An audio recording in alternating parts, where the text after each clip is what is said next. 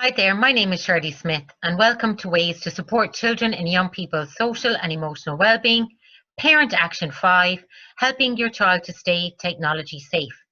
It's the purple leaflet and you can find it on the CIPSI website.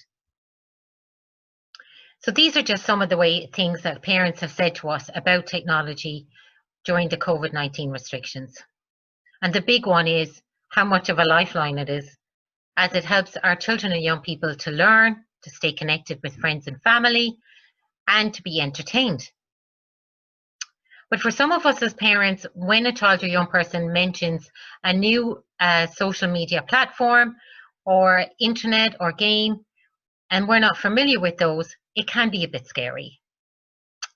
For some of us, pre-COVID-19, we may have decided that our children weren't old enough for access to the internet, and have now changed our minds on that because they're needing it to learn and stay connected with friends.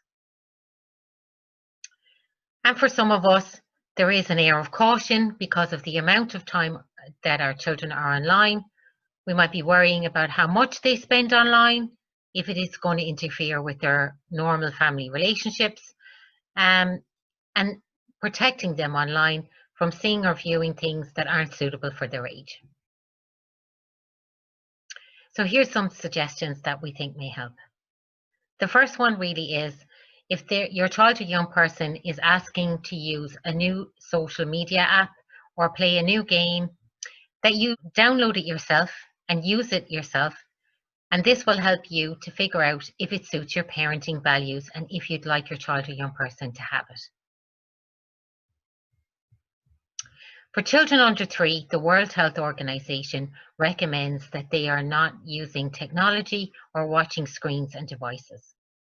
Now, we know that under the current restrictions, many parents are using technology to help children and teenagers and young people stay connected with family, like grandparents.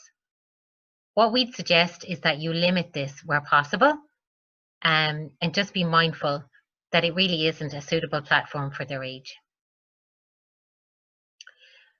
For us as parents, we might be worried that they are on technology too much or using too much devices. So we'd recommend that you pick some times in the day where you can limit screen time, such as if they're going to bed, keeping devices and technology out of the room, or around the dinner table when you're sharing a meal. It's also really important for us as parents that we continue to monitor and show an active interest in our children's online activity and what devices or phones they may be using. For us as parents, to help children open up and talk about their online experience, we suggest that you be curious, not furious. In being curious, children and young people will offer more information and give you more detail, because they won't fear getting into trouble. We also recommend taking a look at webwise.ie.